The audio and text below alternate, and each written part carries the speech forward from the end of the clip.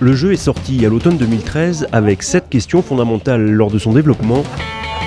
Comment valoriser les technologies sorties de leur centre de recherche ? Et on a pensé que la meilleure façon pour faire appréhender des technologies qui ont l'air très complexes, c'est de les mettre en jeu, dans tous les sens du terme. Développé dans le cadre de l'IRT Nanoélec grenoblois, avec comme partenaires le CEA Leti et Grenoble École de Management, ce Serious Game se joue sous la forme d'un jeu de plateau. On a une technologie de départ et un client de départ. À partir de là, on doit inventer des produits et des services. Mais bien entendu, on va avoir un certain nombre de contraintes. On n'a pas forcément l'argent disponible, on n'a pas forcément le client qui a l'attente à laquelle on voudrait répondre, etc. Et donc, on va devoir faire des choix en disant est-ce qu'on mise sur investir dans les technologies, est-ce qu'on mise sur trouver de nouveaux clients, etc. On doit faire des choix collectifs. Chaque participant se voit attribuer un rôle, directeur juridique, financier, ingénieur ou chercheur, l'idée étant d'abord de faire comprendre que dans une entreprise, l'innovation, c'est l'affaire de tous. Vous trouvez 2 nouveaux clients, vous gagnez 2 crédits. C'est pas dédié à celui qui va dire je suis créatif ou je vais être dans le marketing ou dans la R&D.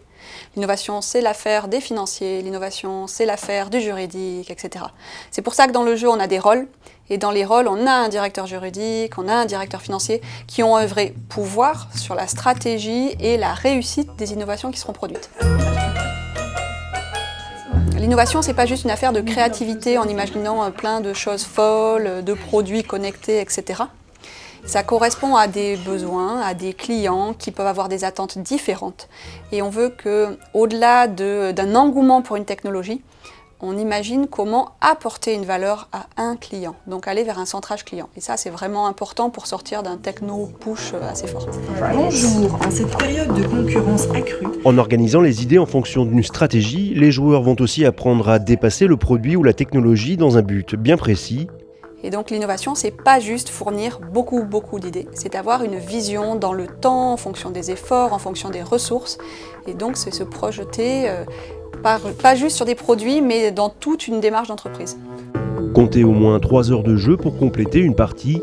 En ajoutant une dimension relationnelle et humaine à l'apprentissage, NanoRider est aussi une innovation pédagogique et qui, outre le côté ludique, prend le contre-pied du tout virtuel et de l'apprentissage en ligne en fédérant les apprenants simplement autour d'une table.